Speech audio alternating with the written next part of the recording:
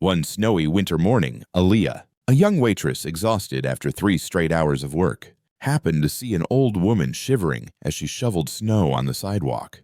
The woman wore only a thin coat, her lips turning blue from the cold. Without hesitation, Aaliyah pulled out a crumpled $5 bill. Almost all the money she had left bought a cup of hot ginger tea and stepped into the freezing wind to give the old woman the only warmth of that day. She had no idea that this small act would set off a chain of events, where the woman's true identity would change her life forever. Before we continue, let us know where you're watching from. And don't forget to subscribe, because tomorrow I have something special just for you.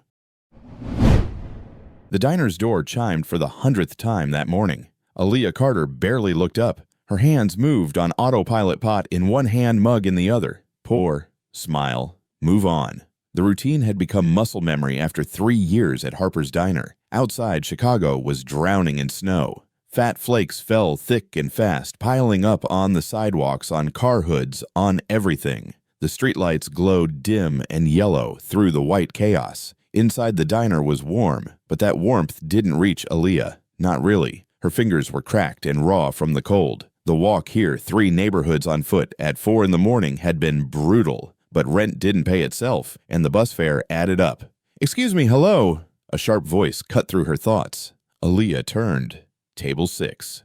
A woman in an expensive coat phone in one hand, barely looking at her. "This coffee's cold," the woman said, pushing the mug forward like it personally offended her. "What kind of place is this?" Aaliyah's chest tightened. The coffee wasn't cold. She'd poured it 2 minutes ago. But she smiled anyway, that thin, practiced smile that said, "I'm sorry," without actually apologizing. "I'll get you a fresh one right away, ma'am. Make it fast. I don't have all day." Aaliyah took the mug and walked back to the counter. Her reflection caught in the metal coffee dispenser tired eyes. Hair pulled back tight, that worn scarf around her neck. Her mother's scarf. The edges were frayed now, but it was all she had left of her. "You can be poor baby," her mother used to say, "but don't ever let your kindness freeze up inside you." She poured the new coffee, added cream without being asked. She remembered this woman from last week. Same order, same attitude. When she set it down, the woman didn't even look up from her phone. Finally, no thank you, no eye contact, nothing. Aaliyah stepped back, that familiar feeling settling in her stomach, invisible. That's what she was to most people here, a waitress, a body that brought food and took plates away. Not a person with a name, with a life, with a mother she'd buried 2 years ago. "Aaliyah!" Harper's voice boomed from the kitchen pass-through. He was a big man with a bigger voice, but he wasn't mean. Just always rushing. "We got a lunch rush coming. Need you sharp, girl." "I'm on it," she called back, forcing brightness into her voice. She wiped down table 3, cleared table 7, refilled coffee at 9. Her legs ached. Her back ached. But she kept moving because stopping meant thinking, and thinking meant remembering how small her bank account was, how the landlord's last warning had been 3 days ago. The door chimed again. More cold air rushed in, carrying snow and noise. A group of businessmen laughing loud, shaking off their coats like they owned the place. "Sweetheart, can we get some service over here?" One of them called out, not bothering to wait for a host. Aaliyah grabbed menus and headed over. "Good afternoon, gentlemen. What can I—" "Just coffee for now. Black. All of us." He didn't look at her face, just her name tag. "Coming right up." As she walked away, she heard one of them mutter, "Service is slow here." She'd been there for 10 seconds. Her hands shook slightly as she grabbed the coffee pot. Not from anger, she couldn't afford anger. From exhaustion. From being seen, but not really seen. From existing in a space where she was useful, but never visible. Through the window, the snow kept falling. People rushed past, heads down, collars up. Everyone trying to escape the cold. Everyone in their own world. And Aaliyah kept pouring coffee, kept smiling, kept being the invisible girl in the corner of their busy lives. The lunch rush blurred together. Aaliyah moved between tables on autopilot, refilling coffee, taking orders, clearing plates. Her mind was somewhere else, stuck on bills, on the landlord's last warning, on how much was left in her account after buying groceries yesterday. $43. That's it. Until Friday. She wiped down a table, her hands moving, while her thoughts spiraled. The electric bill was due. If she paid it, she couldn't pay rent. If she paid rent, they'd shut off her power. Her eyes drifted to the window without really seeing. just staring out at the white blur of falling snow, the gray shapes of people passing by. Then she saw her. An old woman stood on the sidewalk across the street, bent over a snow shovel. Her coat was thin, too thin, the kind you'd wear on a cool autumn day, not in the middle of a Chicago blizzard. She moved slowly, scraping snow from the sidewalk in front of a closed shop. Snow kept falling. The pile she'd cleared was already filling in again. Aaliyah watched a man in a business suit approach. He saw the old woman, stepped wide around her, didn't slow down. Then a young couple. They laughed at something on a phone, nearly bumped into the woman, and the guy said something sharp. The old woman stumbled back. They kept walking. Aaliyah orders up. She blinked, pulled herself back. "Coming!" But her eyes drifted to the window again as she picked up plates. The old woman was still there, still shoveling. A gust of wind hit and she staggered, catching herself on the shovel handle. Nobody stopped. A teenager walked past, earbuds and eyes on his phone. An older man crossed the street to avoid her completely. A woman with shopping bags actually said something. Aaliyah couldn't hear it, but the dismissive wave of her hand said, "Enough.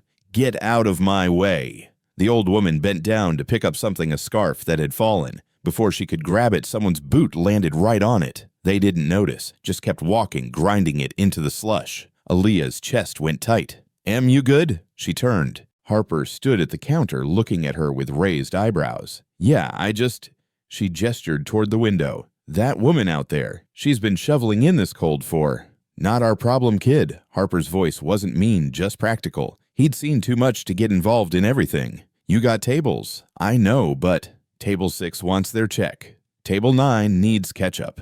Aaliyah nodded. She grabbed the ketchup bottle, delivered it with a smile she didn't feel, printed the check for table 6. But she kept looking out that window. The old woman had moved further down the sidewalk now, still shoveling, still alone. A delivery truck rumbled past, spraying slush.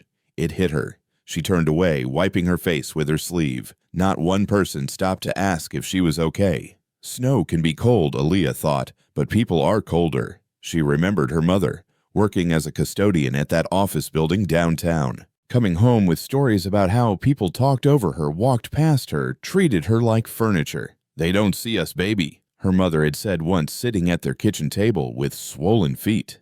To them, we're just part of the scenery. That old woman outside, she was scenery too. Something to step around, something in the way. Aaliyah's hands clenched around the coffee pot. A businessman pushed through the diner door, shaking snow from his coat. "Jesus, it's brutal out there. They really should clear these sidewalks better." Almost tripped over some old bag with a shovel. He laughed, actually laughed. Aaliyah's stomach twisted. She wanted to say something, wanted to tell him that old bag was a human being freezing and struggling while he complained about almost tripping. But she just smiled. "Sit anywhere you'd like, sir." He took table 5, ordered coffee, complained it was too hot. Through the window, the old woman's scarf, the one that had fallen, was now just a dirty rag in the snow, trampled, forgotten. Just one person, Aaliyah thought. One person could stop and help. One person could change this.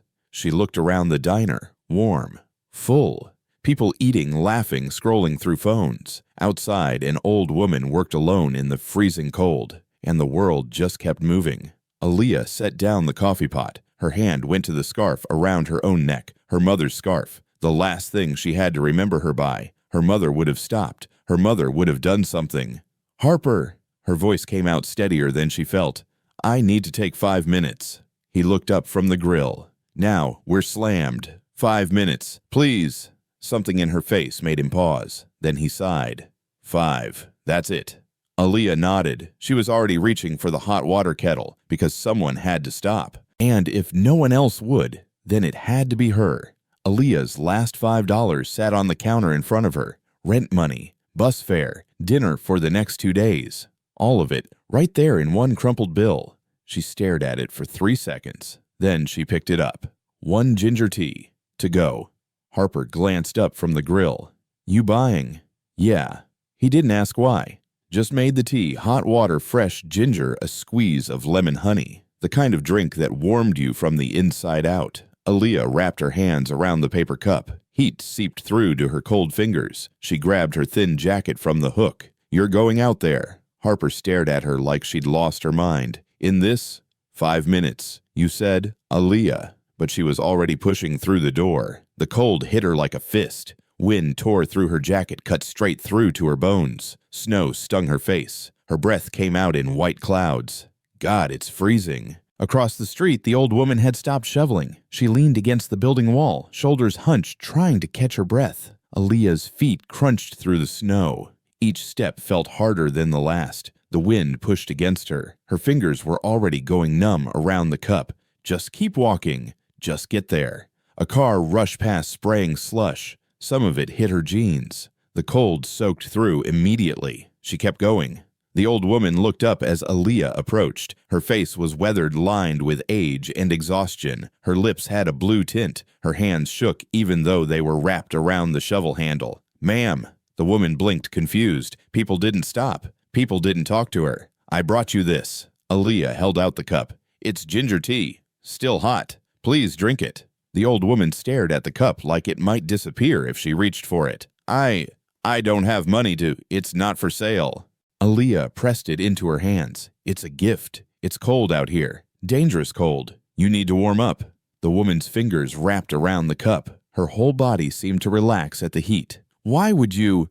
Her voice cracked. "Nobody ever." "Everyone deserves to be seen," Aaliyah said quietly.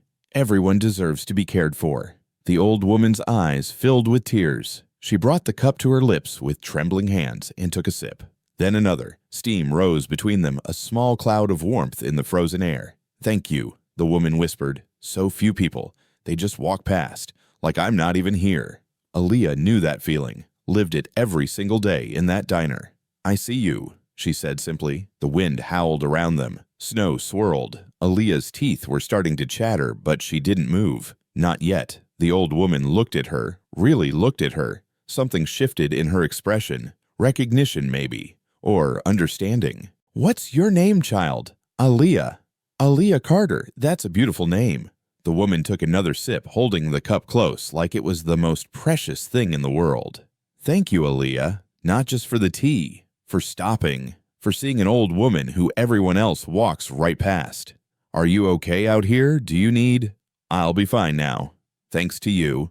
The woman smiled, and despite the cold, despite the exhaustion, it was genuine. Warm. "You have a kind heart. Don't ever lose that."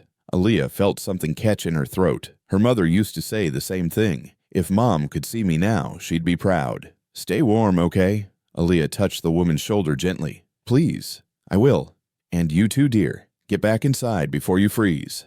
Aaliyah nodded. She turned to go, her jacket already soaked through her body, shaking from the cold. "Aaliyah!" She looked back. The old woman was still holding the cup with both hands, steam rising around her face like a halo. "Kindness like yours is rare. Rarer than you know." Aaliyah managed a small smile, then hurried back across the street. The diner door felt like it weighed 1,000 pounds. She pushed through it, and the warmth hit her all at once. Her fingers burned as feeling came back. Harper looked up. "You're insane. You know that—" "Maybe." She was shivering so hard she could barely talk. "But I couldn't just watch. That tea was $5. I know. That was all you had. I know." Harper shook his head, but something softened in his face. He grabbed a towel. "Dry off, then get back to work before I regret being nice." Aaliyah took the towel, rubbing her wet hair. Through the window, she could see the old woman still standing there, holding the cup, drinking slowly. For just a moment, their eyes met across the distance. The woman raised the cup slightly. A gesture. A thank you. Aaliyah raised her hand in return. Then she turned away, tied her apron back on, and went back to work. She was broke, freezing, exhausted, but something in her chest felt warm. For the first time in a long time, she felt like she'd done something that mattered. Maybe kindness is never wrong, she thought. Maybe it just takes courage to hold on to it. Outside, the snow kept falling. But in that moment, the world felt a little less cold. The shift ended at 9. Aaliyah's feet screamed with every step as she walked home. The snow had stopped, but the cold hadn't. It pressed down on the city like a weight. Her breath came out in short white puffs. Her fingers were numb inside her thin gloves. South Side looked different at night, darker, emptier.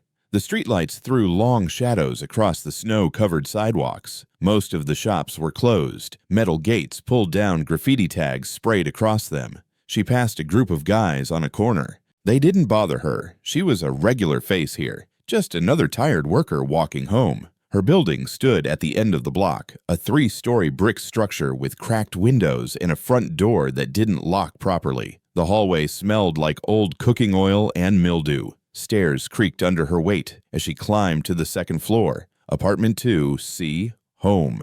She unlocked the door and stepped inside. The cold hit her immediately. No heat. The radiator had been broken for a week, and the landlord kept saying he'd fix it tomorrow. Tomorrow never came. That you, Leah? Her roommate Maya sat on the couch wrapped in 2 blankets, breath visible in the cold air. The only light came from a small lamp in the corner. They were trying to keep the electric bill down. "Yeah, it's me." Aaliyah dropped her bag by the door. Her whole body ached. Rough day. "Aren't they all?" Maya pulled the blanket tighter. "There's half a sandwich in the fridge if you're hungry. Turkey. I saved it for you." Aaliyah's stomach clenched. She was starving. Had been since lunch. "You didn't eat dinner." "I ate. This is extra." It wasn't extra. Maya was lying. They both knew it. But Aaliyah was too tired to argue. She went to the tiny kitchen, more of a closet, with a hot plate and mini fridge. Opened the fridge. The sandwich sat on a paper towel, carefully wrapped. Next to it, 3 eggs, a 1/4 gallon of milk, some wilted lettuce. That was it. That was everything they had until Friday's paycheck. Aaliyah took the sandwich, cut it in half, and brought both pieces to the couch. "We're sharing." "Leah, I told you." "We're sharing." Maya took the half sandwich without another word. They ate in silence, sitting side by side under the blankets. The cold seeped through everything, the walls, the floor, their clothes. "Electric bill came today," Maya said quietly. Aaliyah stopped chewing. "How much?" $147, due in 5 days, or they shut it off. $147. Aaliyah had 32 in her bank account. Maya probably had less. "We'll figure it out," Aaliyah said, but her voice sounded hollow, even to herself. "Yeah." Maya didn't sound convinced. "We always do." They finished eating. Maya went to bed. The bedroom was slightly warmer with the door closed, and both of them sharing body heat. But Aaliyah stayed up. She couldn't sleep yet. Too much spinning in her head. She pulled out her notebook, a small spiral-bound thing she'd had since high school. Inside, she kept track of everything. Every dollar, every bill, every shift. Rent $650, due in 12 days. Electric $147, due in 5. Phone $45, due in 8. She had $32, would make maybe another $120 by Friday if she picked up an extra shift. The math didn't work. It never worked. Aaliyah's pen hovered over the page. Her hand was shaking, not from cold this time, but from something else. Fear, maybe. Or exhaustion. Or both. $5 for that tea. $5 I didn't have. She closed her eyes, saw the old woman's face, heard her voice. "Thank you, Aaliyah. Was it worth it?" Her mother's voice answered in her head. "Kindness is always worth it, baby. Always." But kindness didn't pay bills, didn't keep the lights on, didn't put food on the table. Aaliyah set down the pen and rubbed her face.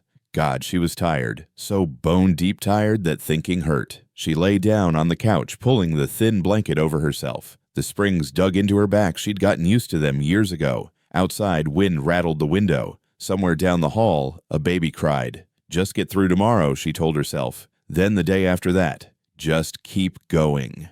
Sleep came slowly, dragging her down into restless dreams of snow and cold and empty pockets. The sound woke her. Something sliding under the door. A soft scraping noise. Aaliyah's eyes opened. The room was dim, early morning light filtering through the dirty window. She checked her phone. 5:47 a.m. She sat up, confused. Who would? Footsteps in the hallway. Heavy. Deliberate. Moving away. Down the stairs. Gone. Aaliyah threw off the blanket and stood shivering in the cold. She walked to the door, looked down. A white envelope lay on the floor. Her heart started beating faster. She picked it up, turned it over. Thick paper. Expensive. The kind you'd use for a wedding invitation or something official. Her name was written on the front, in elegant script. Miss Aaliyah Carter. No return address, no stamp. Hand-delivered at dawn. "What the hell?" she whispered. Her fingers trembled as she opened it. Inside, a single card. Heavy cardstock. More elegant handwriting. Miss Carter, your kindness yesterday did not go unnoticed. I would like to meet with you today at noon. Come to the address below. This meeting may change your life if you're brave enough to attend. The choice is yours. EW, below that an address, downtown near Millennium Park, the fancy part of the city where Aaliyah never went because everything cost too much. She read it twice. 3 times. The words didn't change. This meeting may change your life. Aaliyah's hand shook. Who was E.W.? How did they know her name? How did they know where she lived, the old woman? It had to be. But that didn't make sense. That woman had been shoveling snow in threadbare clothes. She'd looked like she had nothing. Unless… No way, Aaliyah breathed. That's crazy. But what else could it be? Maya appeared in the bedroom doorway, squinting. Why are you up so early? Aaliyah held up the card. Someone just slid this under our door. What? Maya was awake now. She crossed the room, took the card. Read it. Her eyes went wide. Holy shit! What is this? I don't know. This address, this is downtown. Like expensive downtown. Maya looked at her. Who do you know with this kind of money? Nobody. Then who's E.W.? I think it might be that woman, the one I gave the tea to yesterday. Maya stared at her. The homeless lady shoveling snow. She wasn't homeless, I don't think. I mean, maybe she was testing people or something. Aaliyah knew how it sounded. Insane. Like something from a bad movie. Testing people. Maya's voice was flat. Leah, this is Chicago. People don't test other people with kindness experiments. They scam them. But what if it's real? What if it's not? Maya grabbed her shoulders. What if you show up and it's some creep or a human trafficking thing or… I know it sounds crazy. It doesn't sound crazy. It sounds dangerous. Maya's grip tightened. Please don't go. Aaliyah looked at the card again. The handwriting was beautiful, careful. The paper felt real, solid, not some cheap printout. This meeting may change your life. God, she wanted her life to change. Wanted it so badly it physically hurt. Wanted to stop counting pennies, stop choosing between food and heat, stop being invisible. But Maya was right. This could be anything. A trap, a scam, something worse. I need to think about it, Aaliyah said finally. There's nothing to think about. Don't go. Maya, promise me you won't go. Aaliyah pulled away gently. I have to get ready for work. Leah, I'll be careful.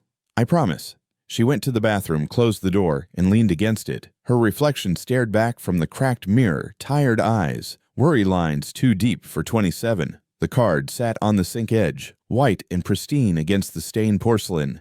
If you're brave enough to attend. Her mother's voice whispered in her memory. Miracles only come to people brave enough to believe in them, baby. But you gotta be smart too. Brave and smart. Brave and smart. Could she be both? Aaliyah splashed cold water on her face. She had 7 hours to decide. 7 hours to choose between playing it safe and taking the biggest risk of her life. Outside, the city was waking up. Car engines, distant sirens, the rumble of the train. And somewhere out there, someone was waiting to see if Aaliyah Carter would show up.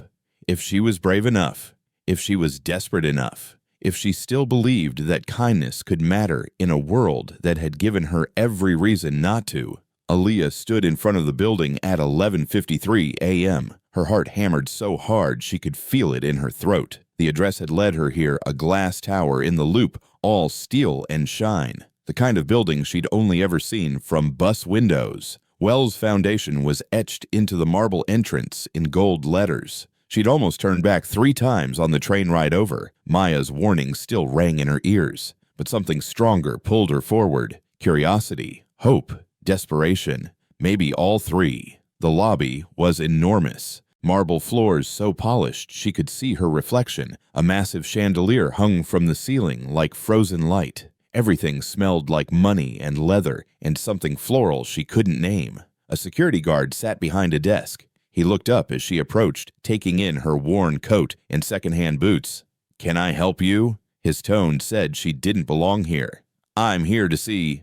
Aaliyah pulled out the card. E.W., I have an appointment at noon. The guard's expression changed immediately. He straightened. Miss Carter. Yes, Miss Wells is expecting you. Take the elevator to the 18th floor. Someone will meet you there. Miss Wells. So E.W. was a woman. That confirmed it, the old woman from yesterday. It had to be. Aaliyah's hands were sweating as she crossed to the elevator. The doors opened with a soft chime. She stepped inside, pressed 18. The doors closed and the floor dropped out from under her. The elevator was so smooth she barely felt it move. Soft music played. The walls were mirrored. She caught sight of herself, nervous eyes, cheap clothes, that scarf around her neck. She didn't belong here. The doors opened on the 18th floor. A woman waited mid-50s, perfectly tailored suit, sharp eyes behind designer glasses. "Miss Carter, I'm Patricia Miss Wells' executive assistant. Please follow me." They walked down a hallway lined with abstract art.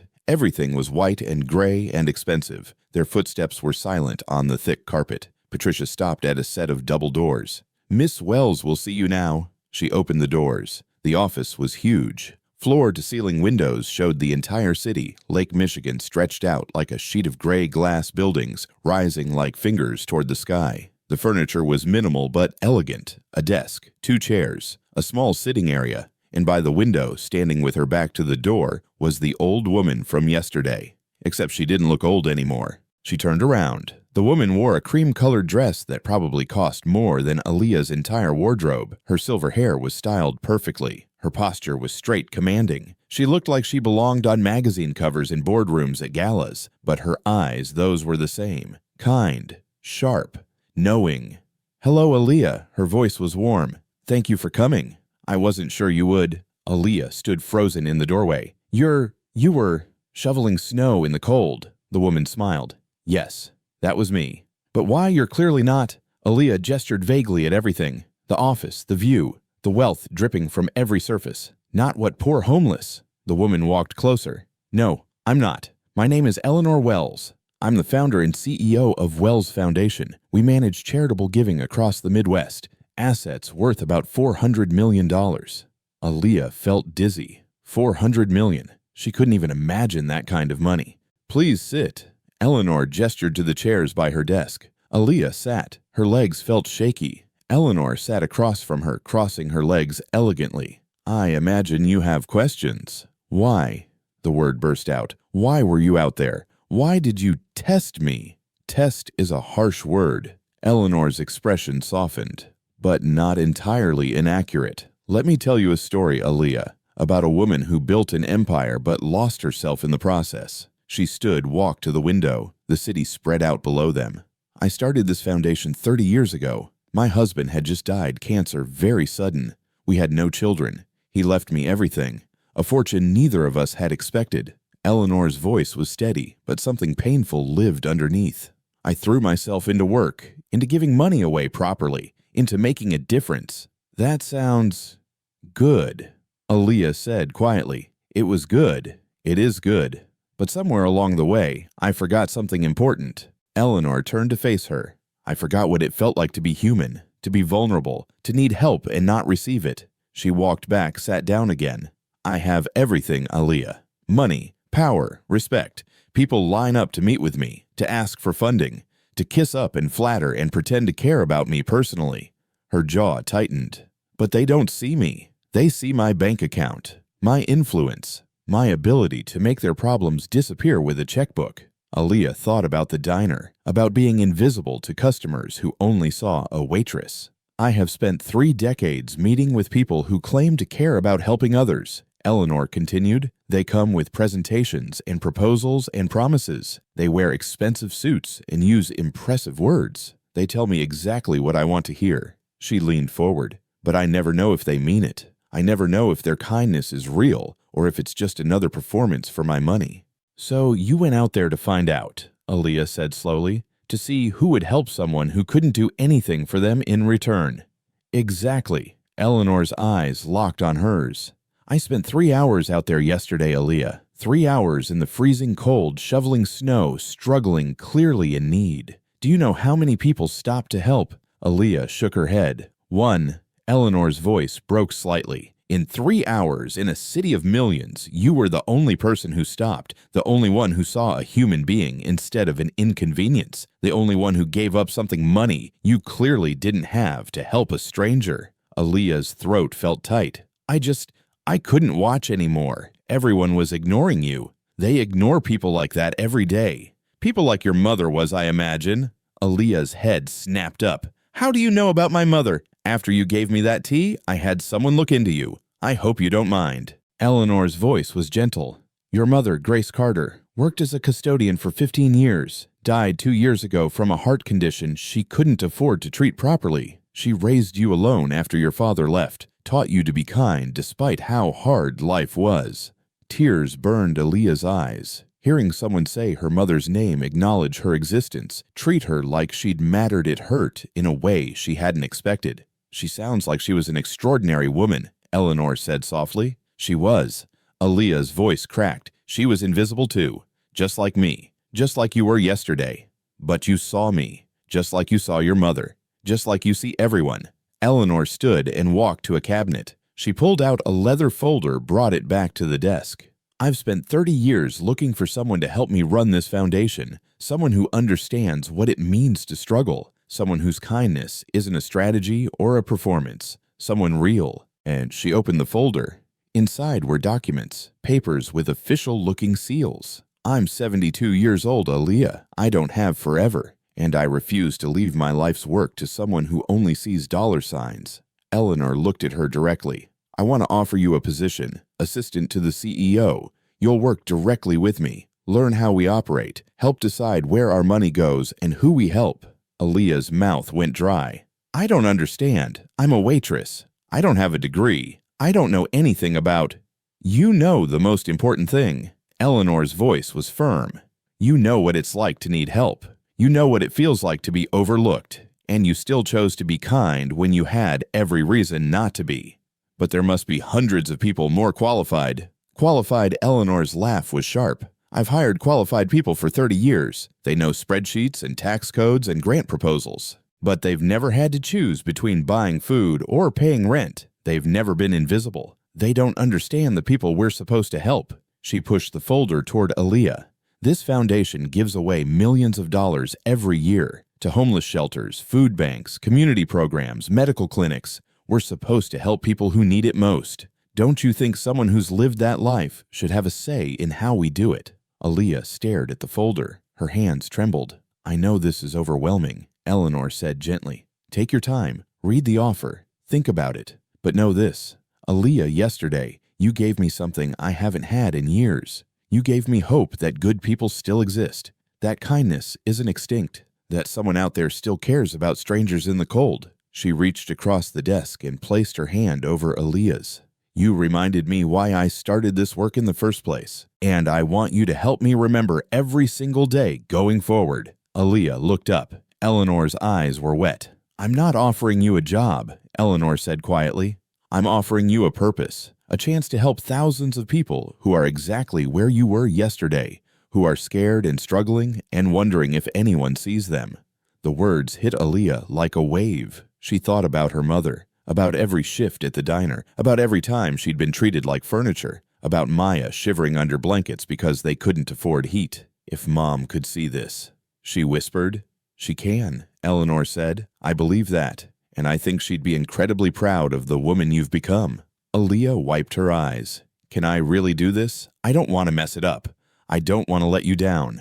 "The fact that you're worried about that tells me everything I need to know." Eleanor smiled. "You'll learn. I'll teach you. And more importantly, you'll bring something to this work that no amount of education can provide. You'll bring heart."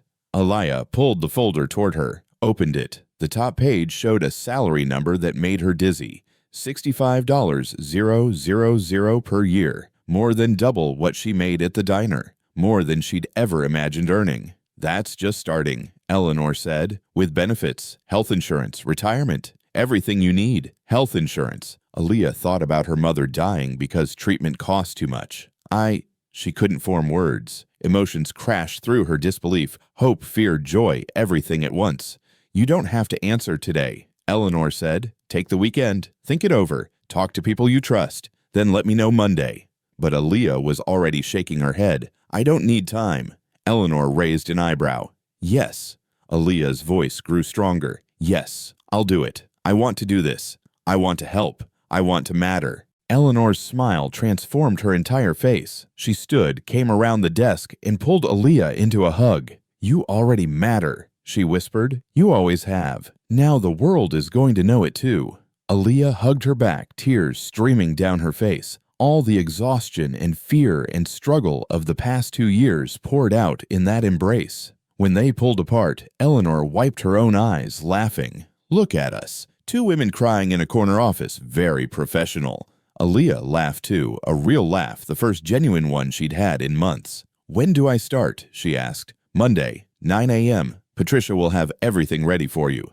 I need to give notice at the diner.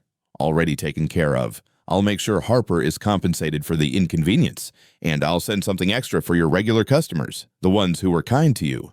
Aaliyah thought of the few regulars who'd learned her name, who'd left decent tips, who'd treated her like a person. Thank you, she breathed. No, Eleanor's voice was firm. Thank you for stopping, for caring, for reminding me that kindness still exists in this world. She walked Aaliyah to the door. One more thing, Eleanor said. That scarf you wear. Your mother's. Aaliyah's hand went to it automatically. Yes, never take it off. Not here, not anywhere. It reminds you where you came from.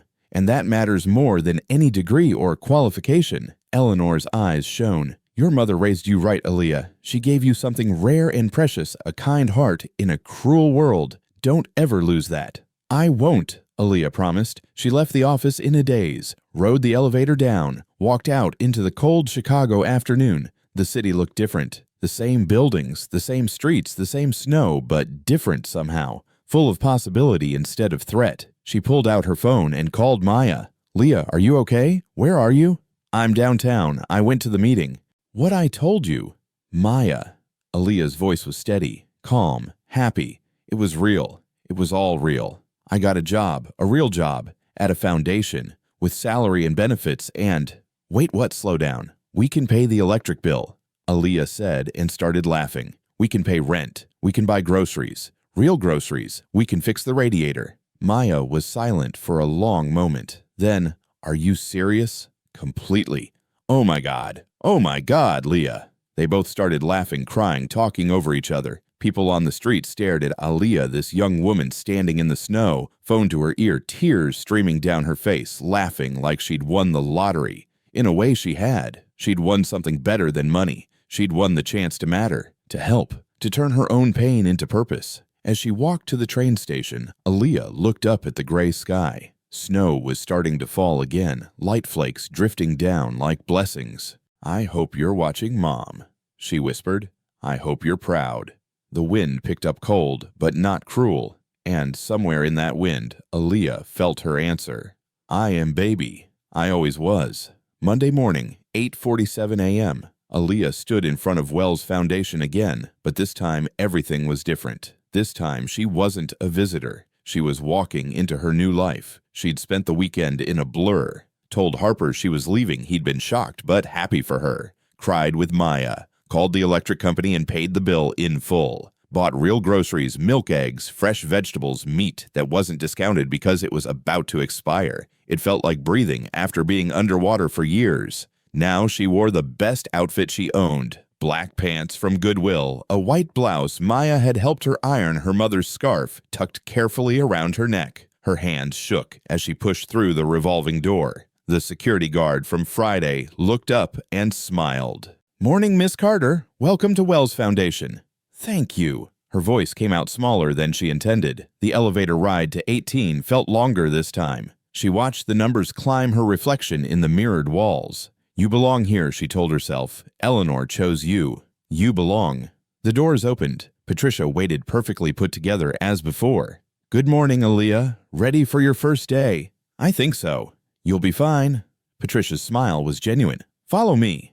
They walked past Eleanor's office to a smaller room down the hall. It had a window, not as big as Eleanor's, but real, and filled with natural light. A desk with a computer, a bookshelf, a small plant in the corner. This is your office, Patricia said. Aaliyah stopped breathing. My office. Of course. You're assistant to the CEO. That comes with an office. Patricia gestured inside. Computers all set up. Login credentials are in that envelope on the desk. Eleanor wants to see you at 9:30 for orientation. Okay. Aaliyah stepped inside. It was the size of her entire apartment, maybe bigger. Coffee's in the break room 2 doors down on the right. Bathrooms across the hall. If you need anything, my extension is 201. Just pick up your phone and dial it. Patricia left. Aaliyah stood alone in her office. Her office. She walked to the window. The view showed buildings and streets, the morning rush of people heading to work. 48 hours ago, she'd been one of them. Invisible, struggling. Now she was up here looking down. She sat at the desk. The chair was soft, ergonomic, probably cost more than her couch. The computer was new. a sleek monitor with a wireless keyboard. She opened the envelope. Inside login credentials, an employee ID badge with her name and photo, when did they take that, and a welcome packet. The badge made it real. Aaliyah Carter, assistant to the CEO. She pinned it to her shirt. At 9:30, she knocked on Eleanor's door. "Come in." Eleanor sat at her desk, reading glasses perched on her newspapers spread everywhere. She looked up and smiled warmly. "There she is. How does it feel?" "Surreal," Aaliyah admitted. "Good. That means you're paying attention." Eleanor gestured to the chair. "Sit. Let's talk about what comes next." Aaliyah sat. "Here's how this works," Eleanor began. "You'll spend the first month learning, observing, asking questions. I want you in every meeting I take, every grant review, every site visit. You'll see how we operate, the good, the bad, and the ugly. Okay. People here will underestimate you. They'll see your age, your background, your lack of formal education. They'll assume I made a mistake hiring you." Eleanor's voice hardened. "Let them think that, then prove them wrong." Aaliyah nodded, her jaw tightening. "I didn't choose you because you're qualified by traditional standards. I chose you because you understand something they never will, what it means to need help and not receive it. That perspective is worth more than any MBA. What if I mess up? You will." Eleanor's bluntness was refreshing. "Everyone does. The question is whether you learn from it, whether you stay humble and hungry and willing to grow." "I will," Aaliyah promised. "Good. Now let's meet your team."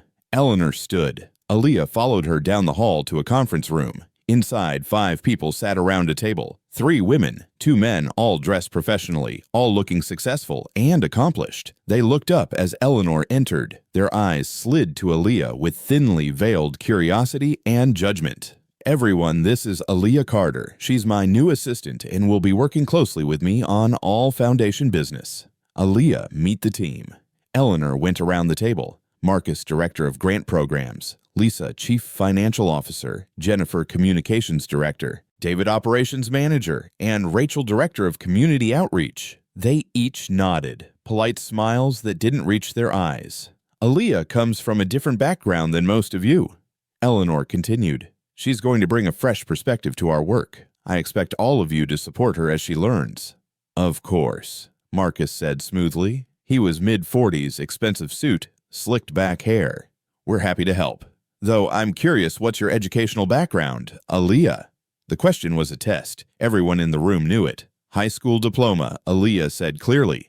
"I've been working in service industry for the past 9 years. A flicker of something surprised disdain crossed Marcus's face. "Interesting choice, Eleanor. Unconventional. The best choices usually are." Eleanor's tone left no room for argument. "All right, everyone, back to work. Aaliyah and I have a busy day." As they left the conference room, Aaliyah heard whispers behind them. She couldn't make out words, but the tone was clear. "Who does she think she is? Why did Eleanor hire her? She doesn't belong here." "Ignore them," Eleanor said quietly as they walked. "Their opinions don't matter. Results do." But as the day progressed, Aaliyah realized ignoring them wouldn't be easy. She sat in on a grant review meeting. Marcus presented proposals from various organizations requesting funding. His language was technical, full of jargon and acronyms Aaliyah didn't understand. "The ROI on this youth mentorship program is questionable," Marcus said, flipping through papers. "Their overhead costs are at 32%. Industry standard is 25 or below. I recommend we pass." "What about outcomes?" Aaliyah asked quietly. Everyone turned to look at her. "I'm sorry." Marcus's tone was icy. "You mentioned costs, but what about outcomes? What results have they achieved? That's factored into ROI, return on investment. I know what ROI means." Aaliyah's voice stayed level. "But sometimes numbers don't tell the whole story. What are they actually doing for the kids in the program?" Marcus's jaw tightened. "According to their metrics, graduation rates improved by 15%, college enrollment by 12%, recidivism down 8%. That sounds good," Aaliyah said. "The costs are still too high. Maybe the costs are high because they're doing it right, because they actually care about the kids instead of just checking boxes." Silence fell over the room. Marcus stared at her like she'd slapped him. Eleanor leaned back in her chair, a small smile playing at her lips. "Interesting point, Aaliyah. Marcus, pull more detailed outcome data. Let's review it again next week before we decide." Marcus's face flushed red. "Of course." After the meeting, as people filed out, Marcus stopped next to Aaliyah's chair. "A word of advice," he said quietly. "You might want to learn how things work here before questioning processes that have been in place for years." "I'm not questioning the process. I'm questioning whether we're measuring the right things." His eyes went cold. "You've been here for 4 hours. I've been poor for 27 years. That's a different kind of education." He walked away without another word. Aaliyah sat alone in the conference room, her heart pounding. She'd just made an enemy on her first day. Maybe that was stupid. Maybe she should have kept quiet, learned the ropes first. But she thought about those kids in the mentorship program. Kids like she'd been. Kids who needed someone to fight for them, not just calculate their cost-benefit ratio. Eleanor appeared in the doorway. "That was ballsy," she said. "Was it wrong?" "No, it was honest and necessary." Eleanor sat down next to her. "Marcus is good at his job, but he's been here too long. He's forgotten that numbers represent human lives. You just reminded him. He hates me now. He'll get over it, or he won't. Either way, you were right to speak up." Eleanor's hand rested on Aaliyah's shoulder. "This work isn't about being liked. It's about being effective, about making sure money goes to the right places for the right reasons. Sometimes that means asking uncomfortable questions."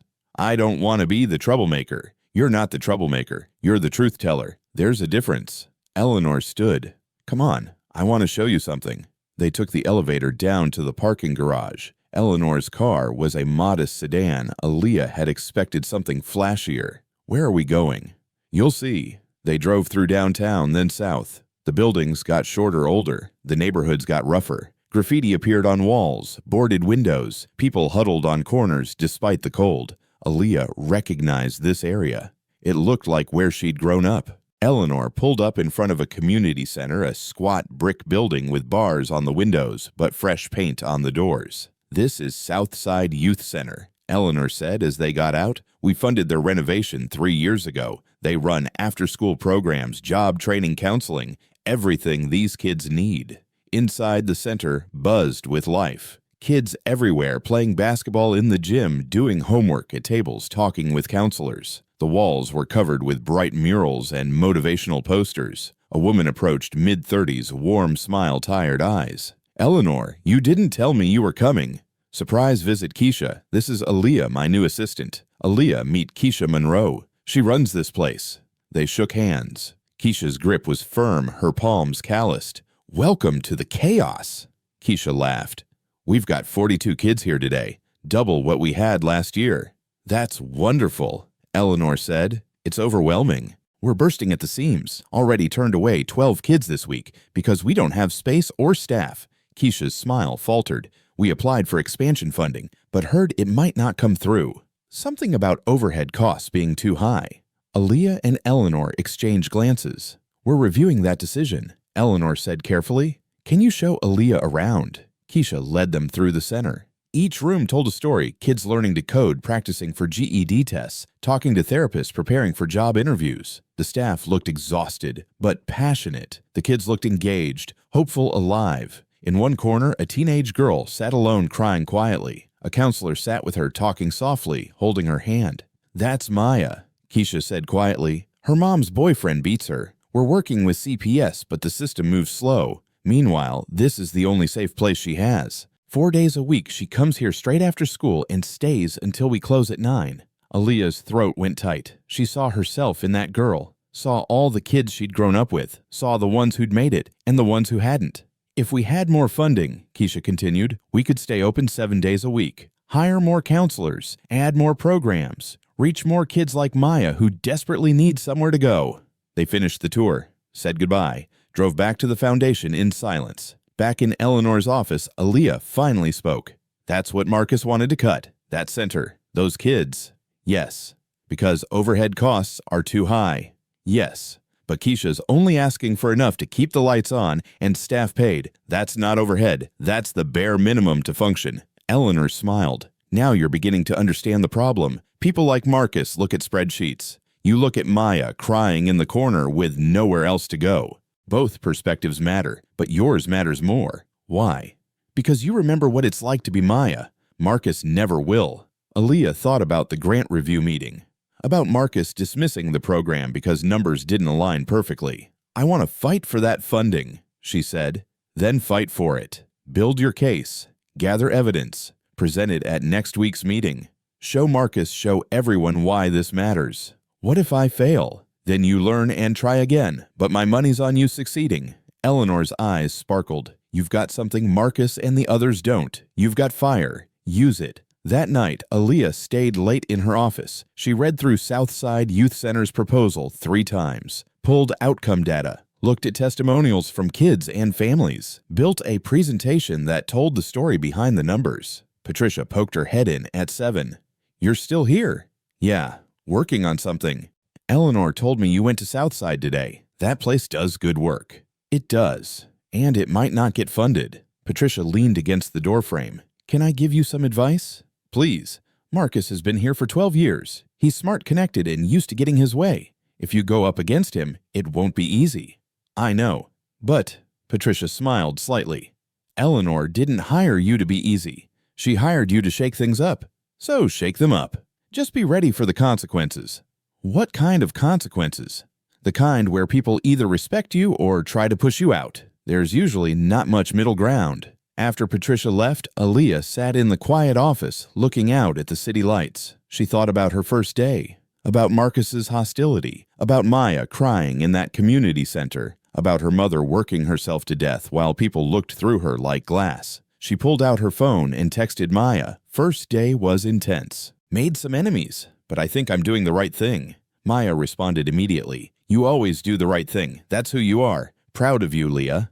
Aaliyah smiled. She looked at her computer screen, the presentation half-finished data scattered across multiple windows. All right, Mom, she thought. Let's show them what kindness with backbone looks like. And she got back to work. The week passed in a blur of learning and challenges. Aaliyah attended meetings where people spoke in acronyms and assumed everyone understood complex financial structures. She sat through budget reviews that made her head spin. She read grant proposals until her eyes burned. But she also visited 3 more community organizations, met families who relied on Wells Foundation funding, heard stories that broke her heart and fueled her determination, and she finished her presentation for Southside Youth Center.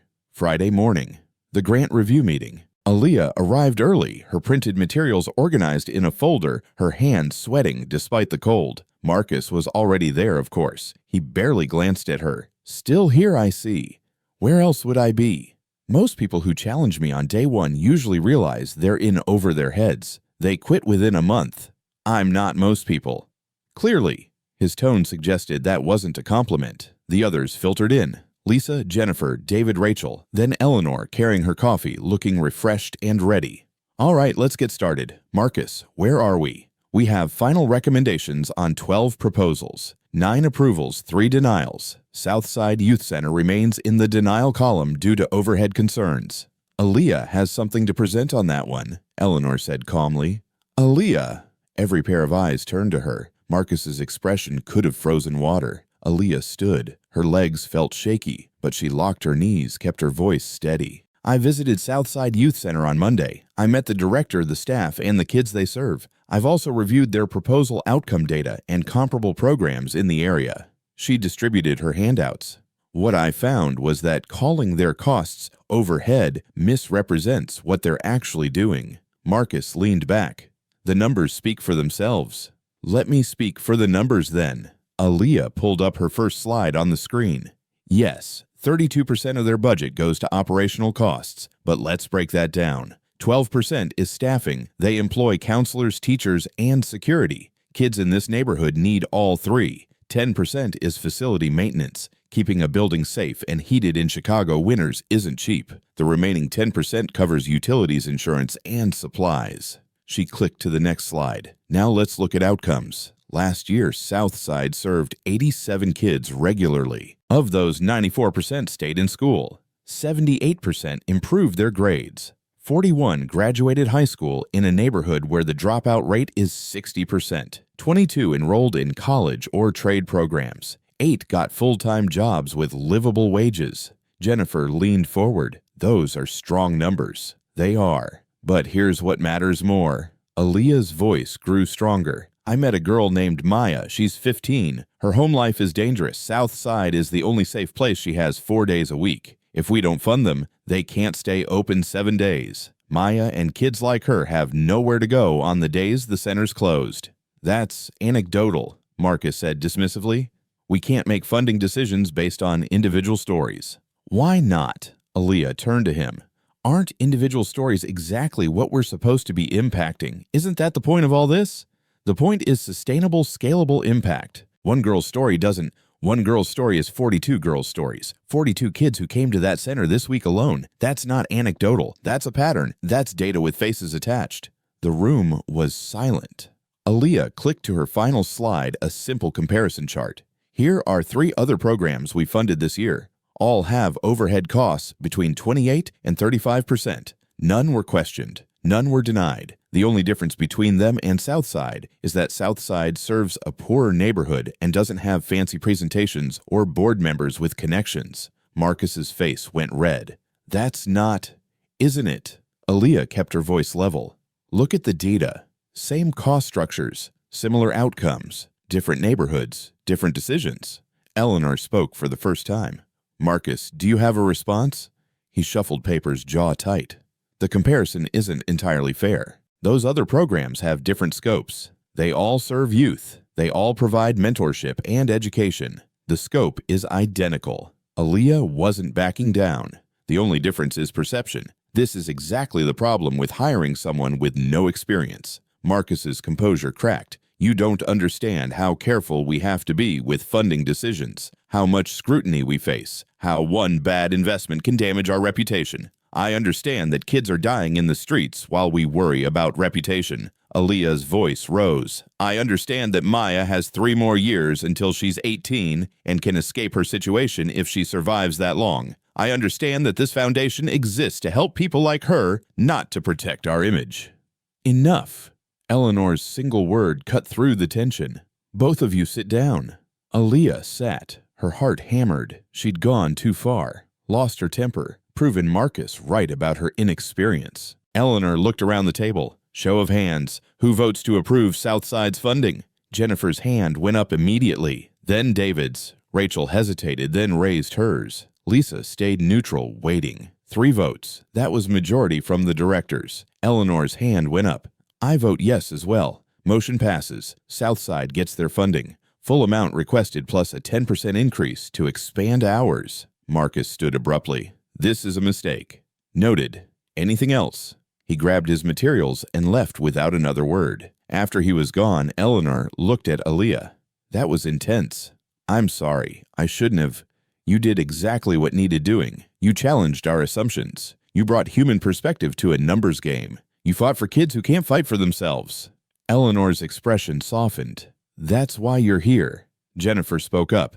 For what it's worth, I thought your presentation was solid. You made a good case. Thank you. But Marcus isn't going to forget this. He doesn't handle being challenged well. I figured. After the meeting ended and everyone left, Eleanor gestured for Aaliyah to stay. Close the door. Aaliyah did. Her stomach churned. Eleanor studied her for a long moment. How do you feel? Honestly terrified. I just made a powerful enemy on my first week. Yes, you did. But you also just saved a program that helps dozens of kids. You proved you have backbone, and you showed the other directors that new perspectives matter. Eleanor smiled. I'd say that's a successful first week. Marcus hates me. Marcus is threatened by you. There's a difference. He's been the smartest person in the room for a long time. Now someone's questioning him, and he doesn't know how to handle it. What if he tries to push me out? Let him try. Eleanor's voice turned steel. I hired you, Aaliyah. I believe in you. And as long as you keep doing what you did today, bringing heart and truth to this work, you have my full support. Aaliyah felt tears prick her eyes. Thank you. Don't thank me yet. This job is going to be hard. People will underestimate you, judge you, try to make you feel like you don't belong. You'll have to prove yourself over and over. I know. But if you stay true to why you're here, if you remember that kid crying in the corner, that mother working herself to death, that old woman shoveling snow while people walk past, you'll be fine. Aaliyah nodded, throat too tight to speak. Go home. Rest this weekend. Monday, we start round 2. Aaliyah left the office exhausted, but oddly energized. She'd survived her first week, made waves, made enemies, but also made a difference. In the elevator down, she caught her reflection in the mirrored walls. She looked tired, but also alive, purposeful. Her phone buzzed. A text from Keisha at Southside Eleanor just called. "We got the funding. Full amount plus more. Thank you for fighting for us. For these kids, you're an angel."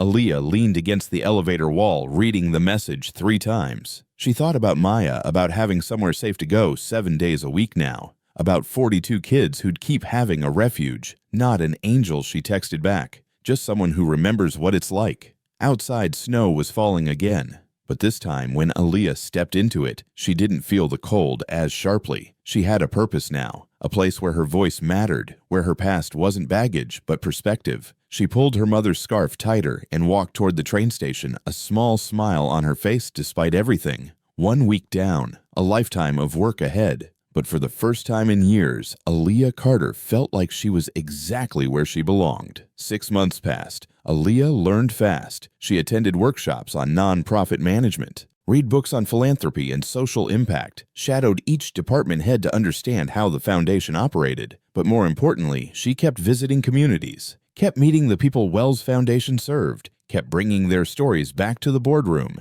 Marcus continued to resist her. Their meetings often became battlegrounds, him armed with data and precedent, her armed with stories and moral clarity. Sometimes he won, sometimes she did. Eleanor let them fight it out, intervening only when necessary. "You balance each other," Eleanor told them once after a particularly heated debate. "Marcus keeps us financially sound. Aaliyah keeps us human. I need both."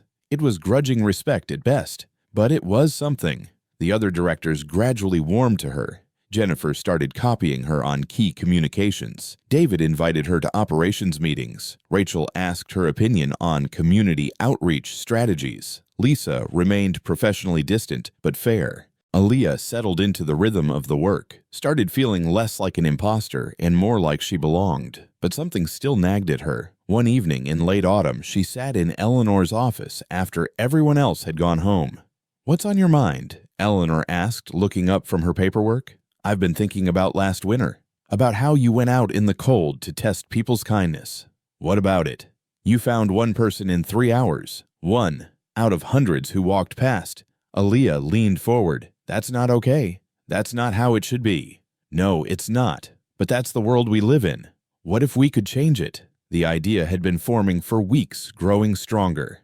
What if we could create a program that encouraged people to help each other, especially during winter when it's most dangerous? Eleanor set down her pen, interested. "What kind of program?" Aaliyah pulled out her notebook. She'd been sketching ideas, doing research, building a framework. "It's winter again. In 2 months, it'll be brutal cold, just like last year. Homeless populations are growing. Elderly people living alone. Day laborers working outside. They're all at risk." She flipped pages. "What if Wells Foundation launched a winter kindness initiative? We distribute warm drinks, blankets, hand warmers, basic supplies to people who need them. But we don't just do it ourselves. We recruit volunteers, businesses, schools, community groups. We make it a movement." Eleanor listened, her expression unreadable. Aaliyah continued, words tumbling out faster now. "We set up distribution points in high-need areas, train volunteers, partner with shelters and community centers, create an app where people can report someone who needs help, and we dispatch volunteers. Make it easy for people to do what I did, stop and help." That's ambitious. I know. Maybe too ambitious for my first major project, but I didn't say it was too ambitious. I said it was ambitious. There's a difference. Eleanor smiled. "Keep going. We call it Warm Hearts Initiative. Focus on Chicago this winter as a pilot. If it works, expand to other cities next year. The goal isn't just to distribute supplies, it's to rebuild the idea that we look out for each other, that kindness matters, that no one should be invisible." Aaliyah stopped, suddenly self-conscious. "Is that stupid too idealistic?" "It's exactly right." Eleanor's voice was thick with emotion. "It's what I hoped you'd bring to this foundation. Not just helping people, but changing how we think about helping, making it normal again, expected. So you think it could work? I think it's brilliant, and I think you should lead it." Aaliyah's heart leaped. "Really? Really? You conceived it. You understand why it matters. You'll fight for it when things get hard." Eleanor opened her laptop. "Let's look at budget. What do you need?" They spent the next 2 hours planning. Eleanor asked sharp questions, poked holes in the logistics, pushed Aaliyah to think bigger and more strategically. But her enthusiasm never wavered. "Present this to the board next week," Eleanor said finally. "Full proposal, budget breakdown, implementation timeline. If they approve it, we launch December 1st.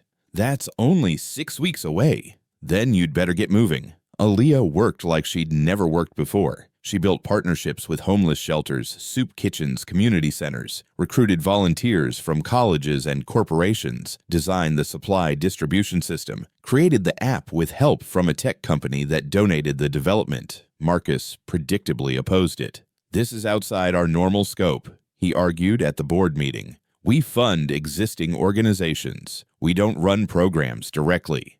"We should," Aaliyah countered. "Sometimes the program you need doesn't exist yet. Sometimes you have to create it. The overhead costs are minimal compared to impact. We're leveraging volunteers and donations. Foundation cost is primarily coordination and supplies. The return in terms of lives potentially saved and community engagement is enormous." Jennifer spoke up. "I think it's worth trying. Winter's coming. People will die without help. If we can prevent even a few deaths, isn't it worth the investment?" The vote was close. 4 in favor, 3 against. But it passed. Warm Hearts Initiative was happening. The next 5 weeks were chaos. Aaliyah barely slept. She coordinated volunteers, managed supply deliveries, troubleshot problems, did media interviews, trained team leaders. Eleanor gave her 2 staff members to help young, energetic people who believed in the mission. Maya, her roommate, volunteered to help with social media. Word spread. The Chicago Tribune ran a feature. Local TV covered it. Donations poured in: blankets, coats, hand warmers, thermoses. People wanted to help.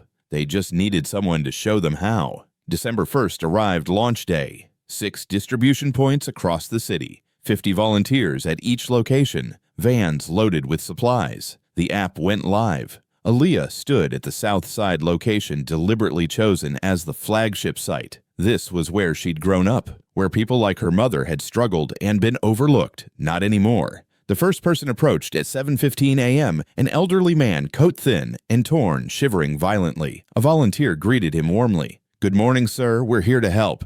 Can we offer you some hot cocoa and a warm coat?" The man stared confused. "Is this free?" "Completely free. No strings. Just people helping people." They gave him cocoa in a thermal mug he could keep, a thick winter coat, hand warmers, a blanket, information about shelters and meal programs. The man's eyes filled with tears. "Why are you doing this?" The volunteer, a college student who'd given up her Saturday morning, smiled. "Because everyone deserves to be warm. Because you matter." Aaliyah watched from a few feet away, her own eyes burning. This was why she'd fought so hard. Throughout the day, people kept coming. Homeless individuals, day laborers, elderly folks living alone, a single mother with 3 kids in a car with no heat. Each one greeted with warmth and dignity. Each one given supplies and kindness. The app lit up with requests from across the city. Volunteers dispatched like first responders. Someone spotted an elderly woman waiting for a bus in inadequate clothing. A homeless man sleeping in a doorway. A group of day laborers huddling for warmth. By evening, they'd helped over 400 people. And that was just day 1.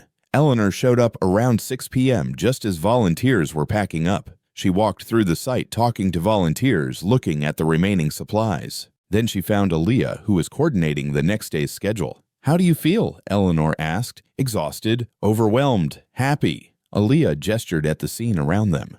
"Look at this. All these people who chose to spend their Saturday helping strangers. You built this. You made it happen. We made it happen. You believed in it, funded it, supported it when Marcus tried to kill it."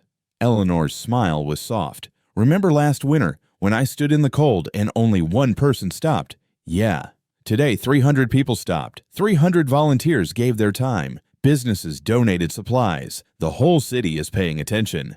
Eleanor's voice cracked. "You didn't just help people today, Aaliyah. You reminded everyone that kindness still exists, that we're not alone, that we can take care of each other." Aaliyah hugged her, both of them, crying right there on the South Side street, while volunteers packed up around them.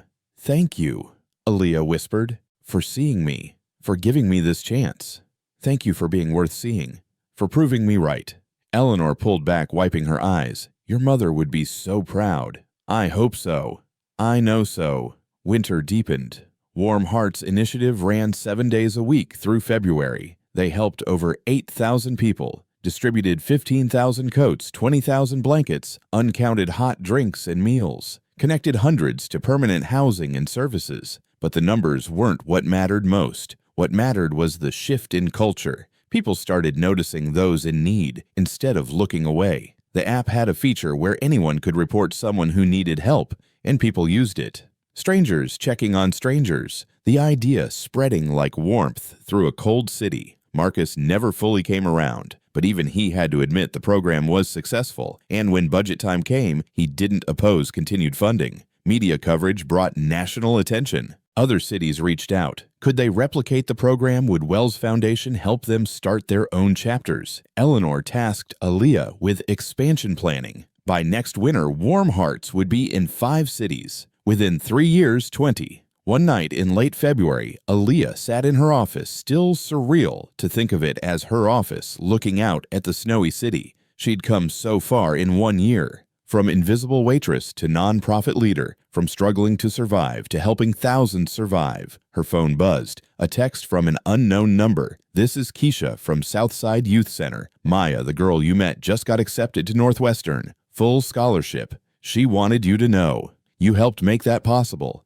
Aaliyah stared at the message, tears streaming down her face. She thought about chain reactions, about how 1 cup of warm tea had led to all of this. How stopping for one old woman had changed hundreds of lives, thousands, if you counted all the people helped by Warm Hearts. Her mother's voice echoed, "Kindness costs nothing, baby, but it changes everything." She'd been right. One small act, one moment of choosing to see instead of ignore. That's all it took. Aaliyah pulled out her notebook and started writing ideas for the next initiative, because this was just the beginning. There was so much more to do. So many more people to help. But tonight she let herself feel proud, feel successful, feel like she'd honored her mother's memory in the best way possible, by proving that kindness wasn't weakness, it was power. The power to change the world one warm heart at a time. 1 year later, December again. Snow fell on Chicago, thick and heavy, just like it had 2 years ago. But this time, Aaliyah didn't trudge through it exhausted and freezing. She drove through it in a modest car, nothing fancy but reliable and warm.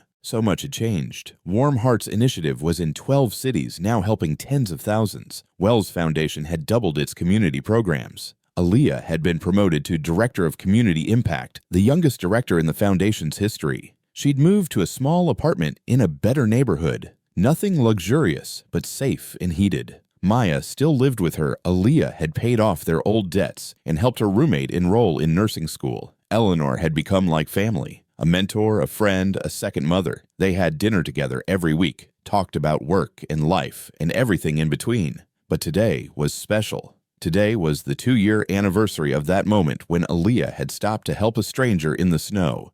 She'd planned something, a surprise for Eleanor. At noon, she picked Eleanor up from the office. "Where are we going?" Eleanor asked as they drove south. "You'll see." They ended up at Southside Youth Center. It looked different now, expanded, renovated, thriving. Wells Foundation had funded a major upgrade. The building practically glowed with fresh paint and new windows. Inside, the place was packed. Kids everywhere, volunteers helping them, staff coordinating programs. Keisha met them at the door, grinning. Right on time. "What's going on?" Eleanor asked. "Come see."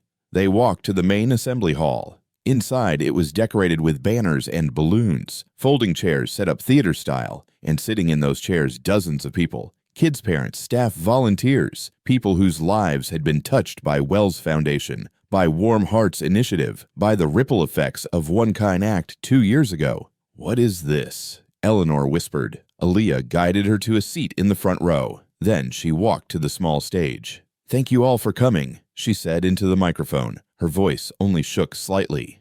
2 years ago today, I was a waitress barely scraping by. I saw an old woman struggling in the snow, and I did something simple. I gave her a cup of warm tea." She looked at Eleanor. That woman was Eleanor Wells. She'd gone out into the cold to test whether kindness still existed, whether anyone would help a stranger who couldn't help them back.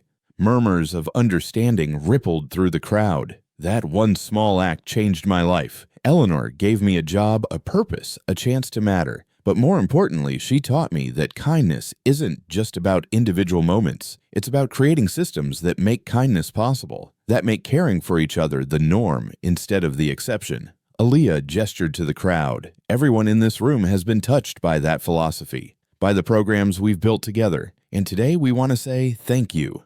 One by one, people came to the microphone. Maya, the teenager from Southside, now a college freshman, talked about how the center saved her life, how having somewhere safe to go kept her alive until she could escape her situation. A homeless veteran described receiving a coat and blanket from Warm Hearts, then being connected to housing services. He had an apartment now, a job, stability. A single mother talked about the winter assistance program that kept her family fed and warm during her hardest months. An elderly man spoke about the volunteer who checked on him weekly after he was spotted struggling to shovel his walk. That volunteer became a friend. He wasn't alone anymore. Story after story, life after life, each one connected back to that moment 2 years ago, to one cup of warm tea, to one woman's test and one girl's compassion. By the time they finished, Eleanor was openly crying. So was Aaliyah. So were half the people in the room. Then Keisha brought out a large covered frame. She pulled off the cloth, revealing a plaque, the Eleanor Wells and Aaliyah Carter Community Center, built on the belief that everyone deserves to be seen, to be helped, to be valued. Dedicated December 2027, this building, this place that's helped hundreds of kids exists because of both of you, Keisha said, because Eleanor tested the world's kindness, because Aaliyah answered that test, and because together you built something that makes kindness sustainable. The room erupted in applause. After the ceremony, after hugs and thank yous and photos, Eleanor and Aaliyah sat alone in Keisha's office. You did all this, Eleanor asked. We did all this. You started it by taking that risk, by going out in the snow. I found one kind person. You turned that into a movement. No. Aaliyah's voice was firm. You turned it into a movement by investing in me, by believing that my perspective mattered, by giving me the tools and platform to make change. And they sat in comfortable silence for a moment. I'm stepping down next year, Eleanor said suddenly. Aaliyah's head snapped up. What? I'm 74. I've been doing this for 30 years. It's time. Eleanor's smile was peaceful. And I know exactly who should take over as CEO. Eleanor, you. It should be you. I'm not ready. I'm too young, too inexperienced. You're exactly ready. You've proven yourself 1,000 times over. You understand this work in ways I never could, and you have the vision to take the foundation into the future. Aaliyah felt tears building again. I don't know if I can. You can, because you remember where you came from, because you'll never stop seeing the people others ignore, because kindness isn't a strategy for you. It's who you are. They hugged, both of them crying and laughing at the same time. Later that evening, Aaliyah drove through the city alone. Snow was really coming down now, blanketing everything in white. She thought about everything that had happened, about how randomly life could change, how one decision to stop to help to care could redirect an entire existence. On impulse, she pulled over on a quiet street, got out of her car, reached into the back seat for the thermos she always kept there, now filled with hot cocoa. She walked down the sidewalk until she saw him, an elderly man sitting against a building, huddled under a thin blanket trying to escape the wind. Aaliyah knelt down beside him. Hi, I'm Aaliyah. It's really cold out here. Can I offer you some hot cocoa? The man looked up surprised, suspicious. Why?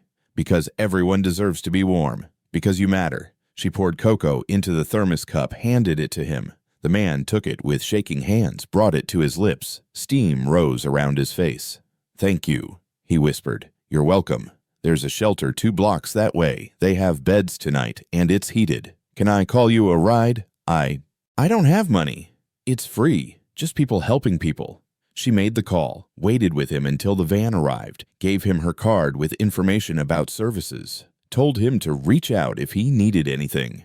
As the van drove away, the man looked back through the window. He raised his hand, a small wave, a gesture of gratitude. Aaliyah waved back. She stood on the snowy sidewalk, the cold biting at her face, and felt completely warm inside. This was it. This was why she did everything. Not for the title or the salary or the recognition. For this moment. For the chance to see someone, to help someone, to remind them they weren't alone. Her phone buzzed. A text from Eleanor. Thank you for today. For everything. You've given me something I'd lost hope that the world can be kind again. Aaliyah smiled and texted back, "You gave me that hope first. I'm just passing it forward." She got back in her car and continued driving, past community centers and shelters, past Warm Hearts distribution points, past buildings that held programs and services that helped thousands, but also past individuals, people on street corners, waiting for buses, shoveling walks, struggling through the cold. Each one visible to her now, each one mattering. She thought about chain reactions, about how her mother's kindness had shaped her, how Eleanor's test had found her, how one cup of tea had grown into a foundation of caring that now reached across cities. Kindness costs nothing, her mother had said, but it changes everything. She'd been right. One cup at a time, one person at a time, one moment of choosing to see instead of looking away. That's how you change the world, not with grand gestures or massive donations, though those helped, but with small, consistent acts of caring, with refusing to let people be invisible, with stopping when everyone else walks past. Snow continued to fall on Chicago. The city lights glowed warm against the darkness. And somewhere in that vast urban landscape, thousands of people were a little warmer, a little safer, a little more seen because kindness had become contagious. Because one waitress had stopped to help one old woman in the snow, and everything had changed. Aaliyah drove home through the winter night, her mother's scarf around her neck, Eleanor's words in her heart, and the knowledge that tomorrow she'd wake up and do it all again. Because that's what love looks like in action. That's what kindness looks like when it refuses to freeze. That's what happens when anyone decides that people matter more than convenience. That compassion is worth the cost. That everyone deserves to be warm. One cup of warm water at a time, one heart at a time, until the whole world glows with the heat of human connection, until no one is invisible anymore, until kindness is no longer rare, it's just how we live. Join us to share meaningful stories by hitting the like and subscribe buttons. Don't forget to turn on the notification bell to start your day with profound lessons and heartfelt empathy.